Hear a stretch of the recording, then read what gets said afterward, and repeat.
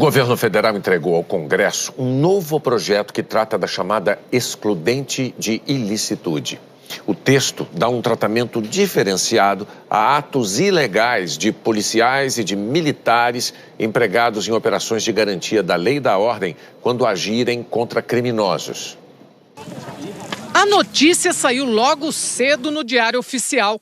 E já na saída do Palácio da Alvorada, o presidente Jair Bolsonaro falou sobre o assunto. Ilicitude ontem... Apresento hoje. Hoje? Apresento hoje. E é só para militares ou geral? O pessoal do artigo 144 da Constituição, todo mundo está lá. O artigo 144 da Constituição diz que a segurança pública é exercida pelos seguintes órgãos: Polícia Federal, Polícia Rodoviária Federal, Polícia Ferroviária Federal, policiais civis, policiais militares e corpos de bombeiros militares. Além dessas forças, o projeto também engloba as Forças Armadas e a Força Nacional de Segurança. O texto foi entregue em mãos pelo ministro da Defesa, Fernando Azevedo, ao presidente da Câmara, Rodrigo Maia. Enquanto isso, o próprio presidente Bolsonaro já estava fazendo apelo para a aprovação do projeto. O que é o excludente de ilicitude? Em operação, você responde, mas não tem punição. Vamos depender agora, meus parlamentares, deputados e senadores, de aprovar isso lá. Será uma grande guinada no combate à violência no Brasil. O texto estabelece que ações de militares e agentes em operações GLO sejam consideradas legítima defesa em casos de enfrentamento de prática ou iminência de prática de terrorismo e condutas que possam causar morte ou lesão, restrição de liberdade com violência ou ameaça grave e porte ou uso ostensivo de arma de fogo. Ao enfrentar esses casos, o agente só poderá ser punido se cometer excessos de forma proposital. E não cabe aí prisão em flagrante. Além disso, a pena ainda pode ser reduzida. O texto também prevê que a Advocacia Geral da União faça a defesa dos militares. Operações de GLO dependem de ordem presidencial e concedem provisoriamente às Forças Armadas o poder de polícia. A excludente de ilicitude mais ampla para todos os tipos de operação estava no pacote anticrime do ministro Moro e foi rejeitada pelo grupo de trabalho que analisou o texto. Especialistas em segurança pública criticam a proposta. Ao policial e ao militar, numa situação de exercício de uma operação de garantia de lei da ordem, é óbvio que como representante do Estado, o Estado tem que otorgar a ele garantias jurídicas para que ele possa exercer seu trabalho. Isso é uma coisa, mas isso já está previsto na legislação. Outra coisa é agir de uma forma a que se possa conceder, de alguma forma, um cheque em branco para forças policiais e forças de ordem que já têm um nível de letalidade extremamente elevado, em crescimento, que a gente vê nos últimos anos. Em Bauru, no interior de São Paulo, um professor universitário atacado com canivete denunciou o crime de racismo. Ontem, um homem xingou o Juarez de Paula Xavier de macaco. Quando o professor se dirigiu a quem o insultou, o agressor partiu para o ataque físico. Juarez precisou levar pontos em cortes que sofreu no ombro e nas costas. Na delegacia, Vitor dos Santos Munhoz disse que tem transtornos mentais. A polícia registrou o caso como injúria racial e lesão corporal. Uma condenação que prevê pena de 1 a 3 anos de cadeia. A família de Vitor dos Santos Munhoz pagou fiança de R$1.000 para libertá-lo. Estou mais indignado no Dia Nacional da Consciência Negra. Eu sou um militante nacional da luta antirracista no Brasil e sofrer um atentado desse em Bauru. Isso eu acho indigno para mim, indigno para a sociedade, indigno conviver com uma pessoa como essa, e a gente tem que tomar providência. No Globoplay você encontra mais detalhes sobre esse caso na reportagem que foi ao ar no Jornal Hoje. Foi condenado hoje a 22 anos e 1 mês de prisão por homicídio duplamente qualificado o assassino do capoeirista Moa do Catende. Romualdo Rosário da Costa foi morto com 13 facadas pelas costas num bar de Salvador, horas depois do primeiro turno da eleição presidencial em outubro do ano passado. Segundo testemunhas, ele conversava sobre política quando se desentendeu com Paulo Sérgio Ferreira de Santana. Paulo Sérgio saiu do bar e depois voltou para atacar o capoeirista e o primo. O presidente Jair Bolsonaro participou hoje do lançamento oficial do partido Aliança pelo Brasil. A Comissão Provisória de Trabalho tem Bolsonaro na presidência e um filho, o senador Flávio Bolsonaro, como vice. O Aliança ainda depende da coleta de assinaturas e de registro no Tribunal Superior Eleitoral. Na semana que vem, o TSE deve decidir se essas assinaturas podem ser feitas por meio eletrônico. Para participar das eleições no ano que vem, o processo precisa terminar até abril. O presidente Jair Bolsonaro falou em aperfeiçoamento das instituições. Tudo passa pela política. Não adianta reclamarmos do parlamento, do presidente da República, do Poder Judiciário. Tudo aqui é política. E nós temos que trabalhar para que essas instituições, cada vez mais, sejam aperfeiçoadas. Agora passa tudo isso pelo entendimento e pela compreensão de cada um dos senhores. Vamos fazer críticas, mas críticas moderadas. Vamos melhorar o Brasil agindo dessa maneira. É preciso fazer uma correção. Um mestre de capoeira assassinado no ano passado, logo depois do primeiro turno da eleição presidencial em Salvador, é Moa do Catendê e não do Catende, como eu disse há pouco. Lembrando, então, a notícia é que o assassino dele foi condenado a 22 anos e 1 mês de prisão. A Justiça Eleitoral de Minas condenou o ex-governador do estado, Fernando Pimentel, do PT, a 10 anos e 6 meses de prisão por tráfico de influência e lavagem de dinheiro. Segundo a denúncia, quando era ministro do Desenvolvimento do governo Dilma Rousseff, Pimentel favoreceu uma empresa em troca de doações para o partido e para a campanha dele de 2014. A defesa de Fernando Pimentel disse que a sentença é despropositada e contraria as provas existentes nos autos. A condenação é em primeira instância. Ele pode recorrer em liberdade. O presidente do Senado, Davi Alcolumbre, anunciou hoje que está tentando costurar um acordo com a Câmara para elaborar uma proposta conjunta de deputados e senadores que autorize a prisão após condenação em segunda instância. Há textos tramitando simultaneamente nas duas casas do Congresso Nacional. O encontro na residência do presidente do Senado, Davi Alcolumbre, reuniu o presidente da Câmara, Rodrigo Maia, e líderes de partidos das duas casas. Eles negociaram uma alteração no calendário de votação do projeto que muda 3 artigos do Código de Processo Penal para aprovar a prisão após condenação em segunda instância.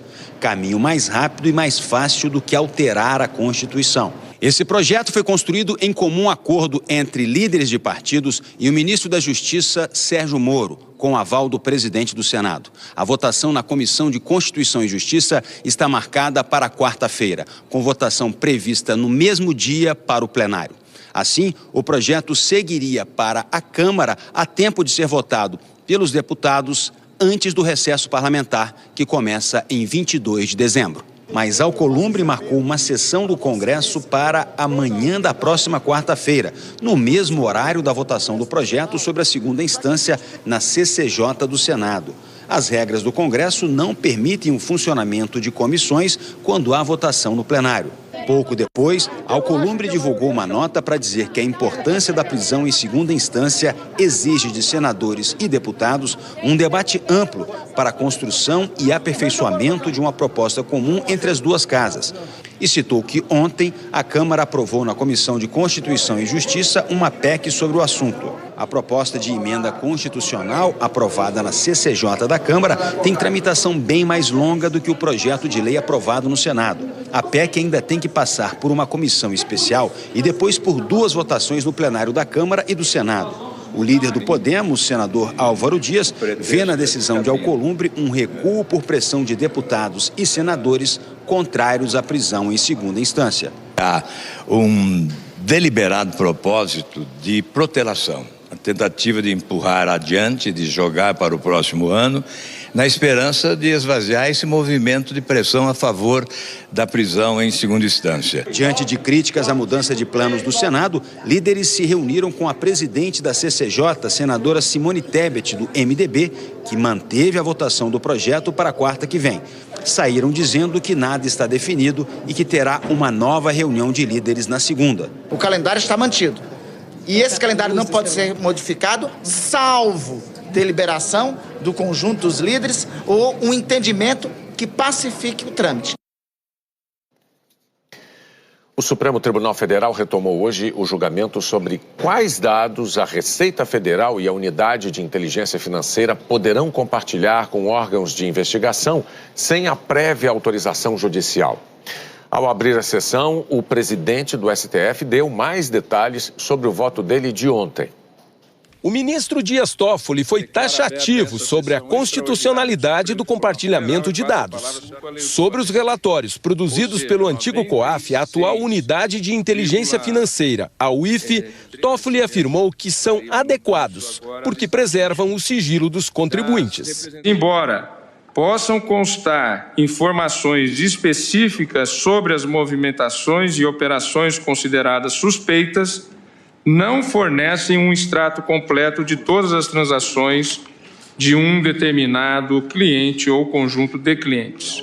Ainda sobre a UIF, o ministro Toffoli defende que os órgãos de investigação não devem encomendar relatórios de inteligência financeira e que esses documentos não servem como provas, somente como caminho para a obtenção de provas. Por fim, o ministro votou para que toda e qualquer informação proveniente da UIF seja repassada por sistema eletrônico próprio e com registro de acesso para proteger os dados. Em relação à Receita Federal, o ministro Dias Toffoli votou pela constitucionalidade do compartilhamento de dados, mas no voto, Toffoli propôs restringir o repasse de documentos. É vedada a transferência da íntegra de documentos acobertados pelo sigilo fiscal e bancário, como a declaração de imposto de renda e de extratos bancários sem prévia autorização judicial. O ministro defendeu ainda que o Ministério Público Federal sempre comunique imediatamente à Justiça sobre as investigações que usem dados protegidos por sigilo fiscal. A origem do debate sobre a extensão do compartilhamento de dados sem autorização prévia da Justiça é um julgamento sobre um caso referente a um posto de gasolina em Americana, interior de São Paulo, multado pela Receita Federal e condenado em primeira instância. A defesa recorreu ao Tribunal Regional Federal da Terceira Região e argumentou que os dados fiscais detalhados, como cópias do imposto de renda, foram compartilhados com investigadores sem a prévia autorização judicial, representando, segundo a defesa, quebra de sigilo. O Ministério Público recorreu e o caso parou no Supremo. No voto de ontem, Toffoli atendeu o pedido do Ministério Público e devolveu o caso para que o TRF3 faça uma nova análise sobre a condenação. O único ministro a votar hoje foi Alexandre de Moraes. Na primeira parte do voto, ele seguiu a posição do ministro Dias Toffoli pela condenação dos donos do posto de gasolina no processo em que a Receita Federal usou dados detalhados. Para Alexandre de Moraes, esse compartilhamento detalhado da Receita com o Ministério Público e as polícias é constitucional.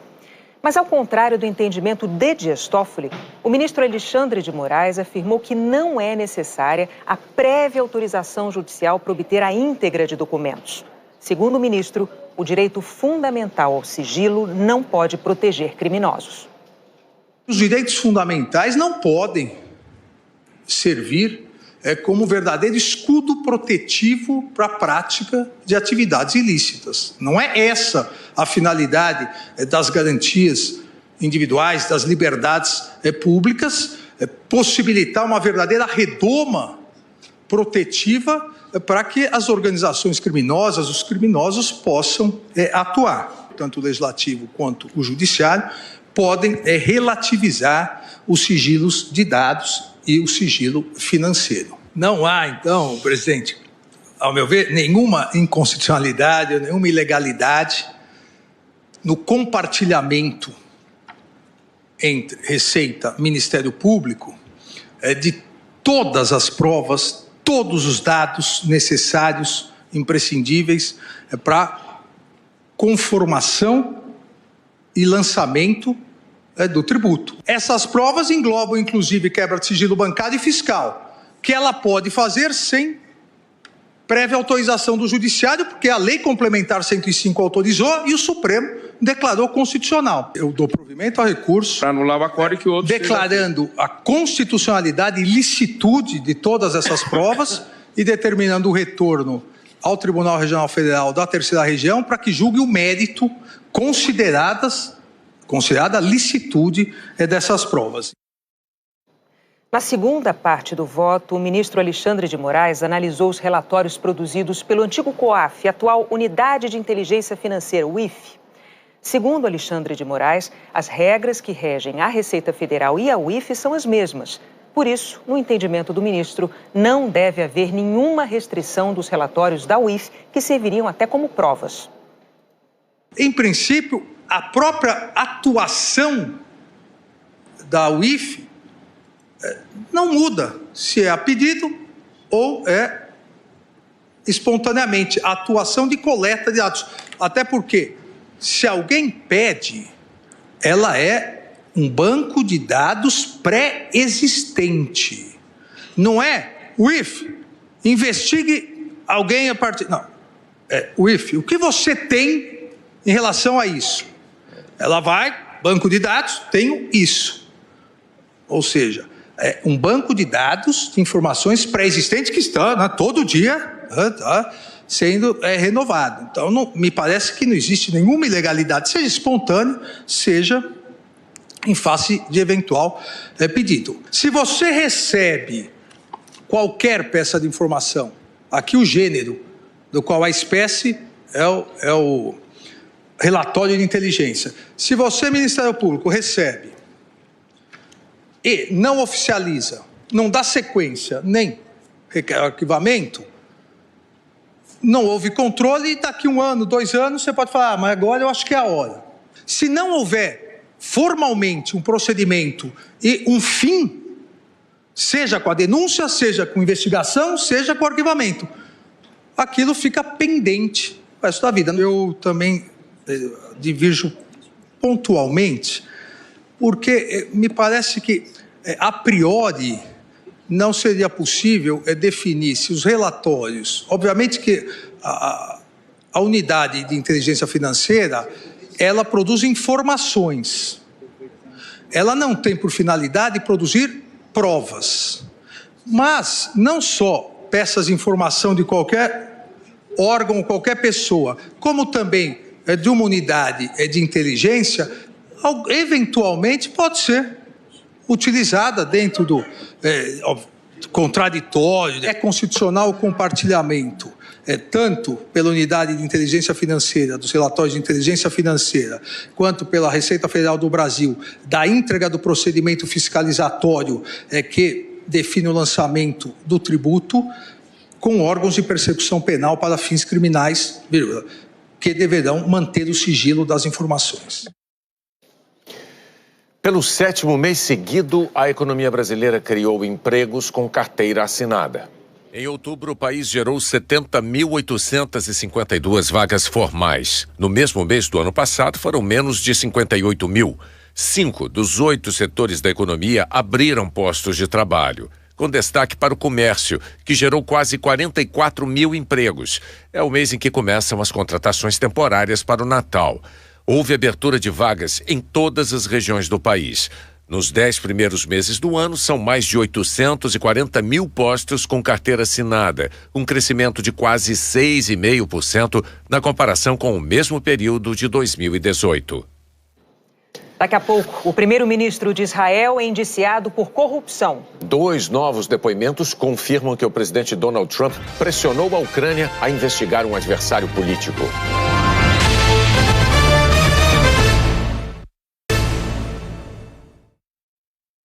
Terminou hoje a fase de depoimentos públicos no Comitê de Inteligência da Câmara de Deputados, que cuida do inquérito de impeachment do presidente dos Estados Unidos, Donald Trump. David Holmes é um funcionário da Embaixada Americana na Ucrânia. Em julho, ele ouviu uma ligação entre Trump e o embaixador americano na União Europeia, Gordon Sondland. Holmes disse que na ligação, Trump perguntou, se referindo ao presidente ucraniano, então, ele vai fazer a investigação? E o embaixador respondeu, Ele vai fazer isso. Ele vai fazer qualquer coisa que você pedir. Com os depoimentos, a oposição democrata tenta provar que Trump pressionou a Ucrânia a fazer uma investigação sobre o filho do adversário político e pré-candidato à presidência, Joe Biden, e que congelou 400 milhões de dólares de ajuda militar ao país para conseguir o que queria. Várias testemunhas já disseram que Trump criou um canal diplomático paralelo usando seu advogado pessoal, Rudolph Giuliani. Holmes confirmou essa informação, dizendo: Giuliani assumiu um papel direto na diplomacia e pressionou a Ucrânia. Giuliani também foi citado por Fiona Hill. Ela é ex-integrante do Conselho de Segurança Nacional, ligado à Casa Branca. Hill recordou uma conversa que teve com o então conselheiro de Segurança Nacional, John Bolton, sobre Giuliani. E ouviu de Bolton que Giuliani era uma granada que ia explodir todo mundo. Ela também disse que ouviu o embaixador Sondland dizer que havia um acordo para que o presidente ucraniano visitasse Trump no Salão Oval se o governo ucraniano começasse determinadas investigações. A audiência de hoje encerrou a fase de depoimentos públicos das testemunhas. O que elas disseram vai ser usado como evidência no relatório que a comissão de impeachment vai redigir e submeter à votação no plenário da Câmara. A Procuradoria-Geral de Israel indiciou o primeiro-ministro Benjamin Netanyahu por corrupção. As acusações de recebimento de propina, abuso de confiança e fraude aumentaram as incertezas sobre quem vai liderar Israel. Desde abril, 2 eleições não apontaram um vencedor capaz de formar um novo governo de união. Netanyahu nega os crimes e, mesmo depois de ter sido acusado, não é legalmente obrigado a renunciar. Milhares de pessoas foram às ruas hoje em várias cidades da Colômbia para protestar contra o presidente Iván Duque. Os atos começaram pacíficos, mas terminaram em confusão em Bogotá. O prefeito da cidade de Cali declarou toque de recolher depois de uma onda de vandalismos. Ontem, diante da convocação de greve geral, o governo reforçou a segurança e fechou fronteiras com 4 países, inclusive o Brasil. A ONU manifestou preocupação com o aumento da presença do exército nas ruas. Um protesto de apoiadores de Evo Morales terminou em violência na Bolívia. Os manifestantes marcharam da cidade de El Alto para La Paz com os caixões de 8 mortos na terça-feira. Quando tentaram entrar na Praça do Congresso, a polícia e o exército usaram bombas de gás lacrimogêneo. Os parlamentares ainda estão debatendo 2 projetos de lei sobre a convocação de novas eleições. Hoje, um dos líderes do partido de Morales disse que o ex-presidente e o vice, que estão exilados no México, não vão ser os candidatos do partido. No Chile, governo e oposição chegaram a um acordo para um pacote de medidas sociais. Aposentadorias vão aumentar em até 50% dependendo da idade. Idosos vão pagar metade da tarifa do transporte público e o governo se comprometeu a aumentar investimentos na saúde básica. As medidas ainda precisam ser aprovadas no Congresso. Um mês de manifestações de protestos deixou mais de 20 mortos e 2.000 feridos. Hoje, a Anistia Internacional publicou um relatório com denúncias de ataques generalizados de policiais e militares contra manifestantes com a intenção de machucá-los e puni-los. A ONG relatou ter encontrado evidências de manifestantes feridos com armas de fogo, abuso sexual, torturas, espancamentos e atropelamentos. O presidente Sebastián Piñera disse que é possível que os protocolos de uso de força não tenham sido seguidos em alguns casos e que isso será investigado. Mais tarde, porém, a subsecretária de Direitos Humanos do governo rejeitou categoricamente o relatório. Ela negou que tenha havido uma política deliberada de ferir os manifestantes e chamou as declarações da anistia de irresponsáveis. O Papa Francisco está em viagem de 7 dias pela Ásia. Ele se encontrou hoje com o patriarca supremo do budismo da Tailândia, que é a religião da maioria da população, e também com o rei tailandês. O Papa argentino está sempre acompanhado de uma tradutora que é prima dele e mora há mais de 50 anos no país. Francisco também rezou uma missa para milhares de pessoas num estádio em Bangkok. A seguir, a Organização Mundial da Saúde afirma que 4 em cada 5 adolescentes são sedentários. Flamengo e River treinam para a decisão da Libertadores.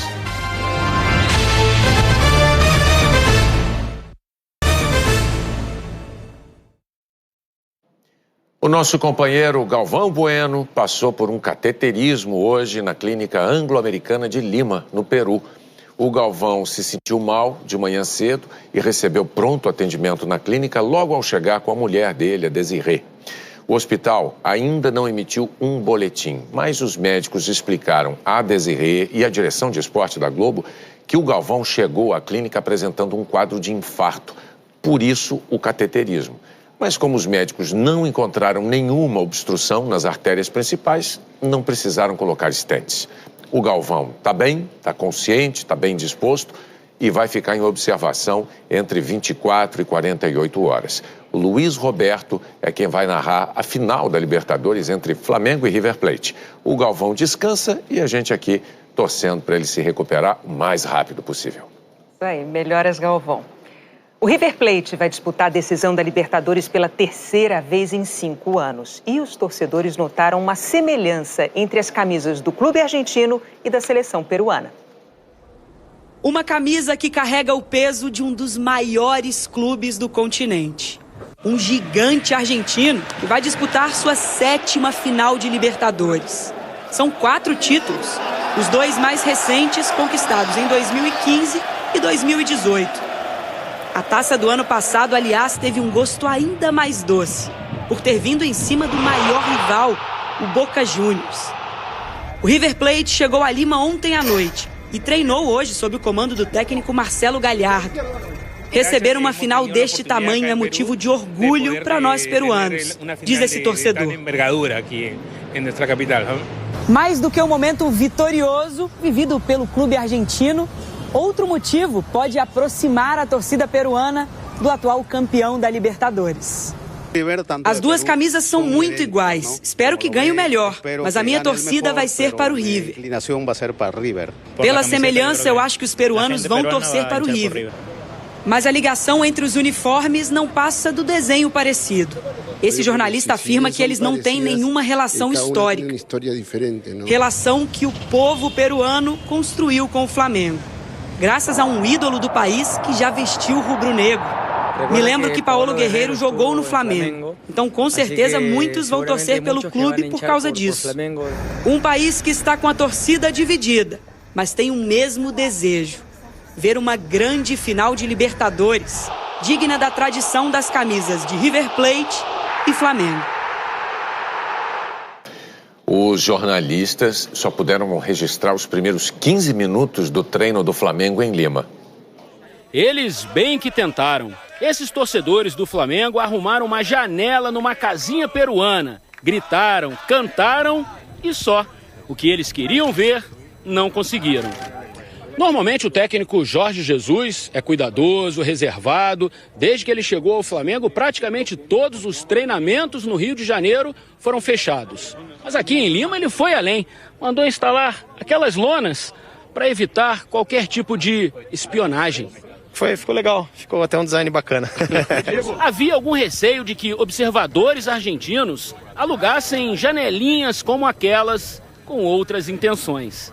É importante a gente poder trabalhar tranquilo e saber que tudo que a gente fizer no campo fica entre a gente, que não saia daqui. Esconder o jogo tem dado certo. São 25 partidas de invencibilidade, muito perto do título brasileiro e de volta à final da Libertadores depois de 38 anos. A confiança, dos jogadores, estamos todos num grande momento e chegamos aí nessa final mais preparados do que nunca.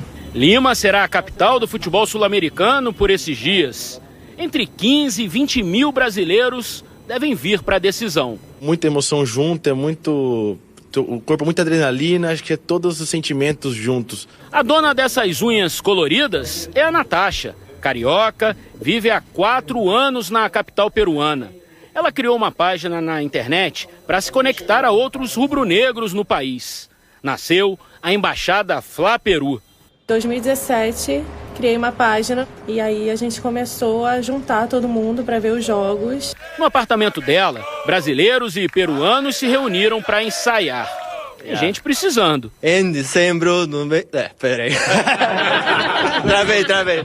Ela é noiva do Beto, peruano que passou a vestir a camisa do time. Quem torce junto, permanece unido. E quem canta unido, acorda a vizinhança também.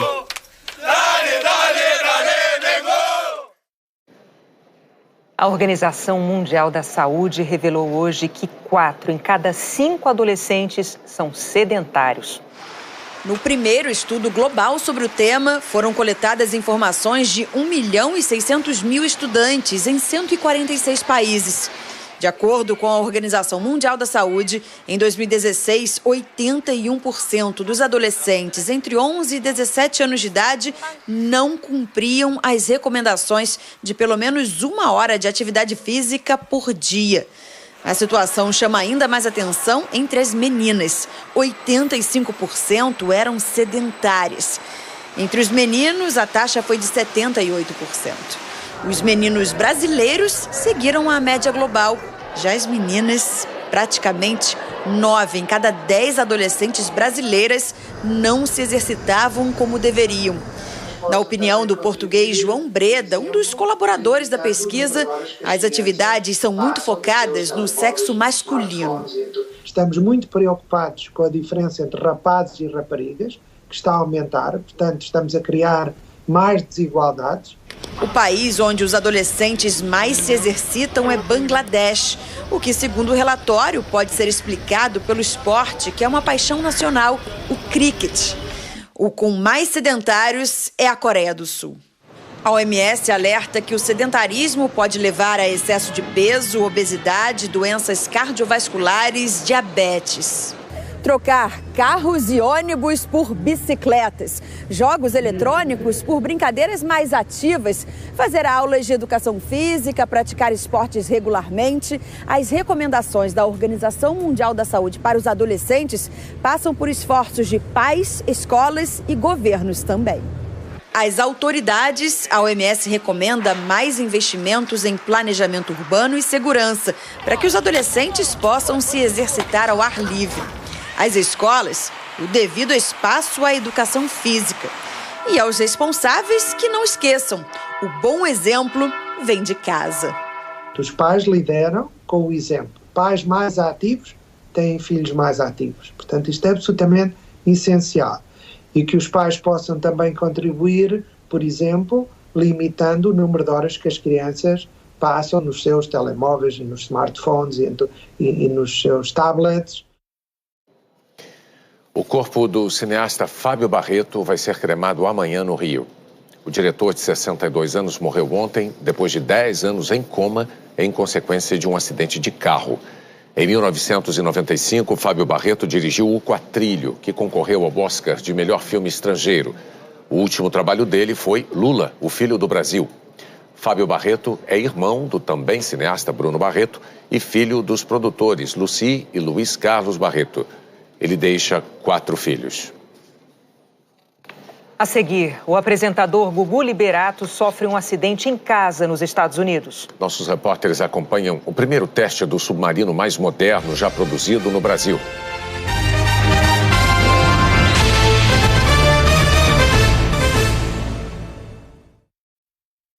Vamos ver agora como fica a previsão do tempo para amanhã em todo o Brasil. A Jaqueline tem uma explicação para a chuva que tem caído, não só aqui no Rio de Janeiro, mas também no Espírito Santo, não é isso, Jaqueline? Boa noite. É isso. Oi, Renata. Boa noite para você e boa noite para todos. Tem uma explicação, sim. É o Oceano Atlântico que está mais quente do que o normal, 2 graus acima da média, exatamente na altura do Espírito Santo. Como a água do oceano está mais fria logo acima, na região da Bahia, esse choque térmico favorece a permanência das frentes frias. Elas ficam estacionadas na região. O que os nossos meteorologistas explicam é que essa temperatura do oceano acima do normal funciona como um combustível. Ela acelera a formação das áreas de estabilidade. Em Vitória já choveu 33% acima da média para o mês inteiro. Aqui em São Paulo e no Rio teve chuva também, mas o que chamou a atenção foi a temperatura, que em vários dias ficou abaixo dos 30 graus, porque o sol apareceu bem menos. E amanhã, ficaremos como? Renata, amanhã chuva de novo, no Espírito Santo chove menos. O risco de temporal é para essa área aqui em laranja. Então, em parte de Minas, região serrana do Rio e em São Paulo. Aqui na capital paulista, a chuva vem à tarde, faz calor, 32 graus e no sábado esfria de novo. A mesma condição para o Rio. Amanhã, máxima de 34 e no sábado a temperatura cai para 28 e com chuva. É uma nova frente fria que vai mudar o tempo na região. Só que antes, ela vai provocar chuva no sul. Pode chover forte, então, no Rio Grande do Sul e em Santa Catarina. Em quase todo o centro-oeste e no norte, o risco é de temporal. Em Manaus e em Curitiba, vai chover forte à tarde, com máxima de 30 graus. Em Porto Alegre, em Rio Branco, esquenta mais, 32, também pode chover. Em Goiânia, 31 e com previsão também de pancadas à tarde.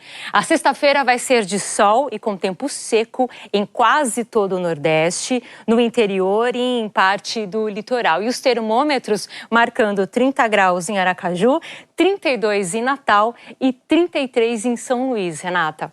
Obrigada, Jaqueline. Até amanhã. Até amanhã. O apresentador de televisão Augusto Liberato, o Gugu, está internado desde ontem num hospital da cidade de Orlando, onde mora, no estado americano da Flórida. Segundo assessores, Gugu sofreu uma queda ontem em casa. Ele caiu de uma altura de cerca de 4 metros e bateu a cabeça numa quina. No momento do acidente, ele estava em companhia de Rose Miriam, com quem tem 3 filhos. Ainda segundo assessores, o estado de saúde do apresentador é grave. Ele deve ficar em observação por 48 horas, portanto, até amanhã. Parentes do apresentador, incluindo a mãe dele, Maria do Céu, de 90 anos, chegaram a Orlando às 4 da tarde, 6 da tarde, no horário de Brasília, segundo as informações que nós obtivemos. Gugu Liberato tem 60 anos. Agora há pouco, a assessoria do apresentador enviou a seguinte nota. Eu vou ler a nota da assessoria. Nesta quarta-feira, 20, o apresentador Gugu Liberato sofreu um acidente, uma queda em sua casa em Orlando e encontra-se internado em observação. Gugu está na unidade de terapia intensiva e vivo, diz a nota, sendo acompanhado pela equipe médica local. A nota prossegue.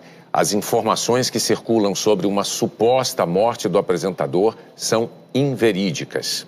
Os familiares de Gugu chegaram a Orlando por volta das 7h30 da noite. Informação da nota oficial desta quinta-feira, 7h30 da noite de quinta-feira, e irão esses parentes conversar pessoalmente com a equipe médica.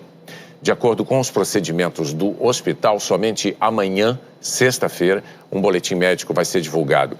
Primeiramente, à família do apresentador. E a nota da assessoria de Gugu Liberato prossegue.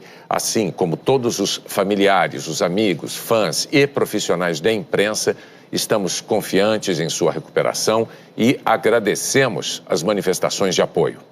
Voltaremos a informá-los e contamos com a compreensão de todos. Esta foi, portanto, a íntegra da nota da assessoria do apresentador Gugu Liberato. O submarino mais moderno já construído no Brasil fez hoje o primeiro teste de submersão em Itaguaí, na região metropolitana do Rio. Nos últimos 11 meses, técnicos e engenheiros da base naval de Itaguaí vêm complementando a montagem e testando os sistemas eletrônico, mecânico e hidráulico do submarino. Por volta das 9h30 da manhã, o Riachuelo desatracou do estaleiro. Apesar de muitas funções a bordo ainda estarem desativadas, os 31 tripulantes aproveitam para aperfeiçoar o treinamento. Na chamada imersão estática, o submarino não usa nenhum tipo de propulsão.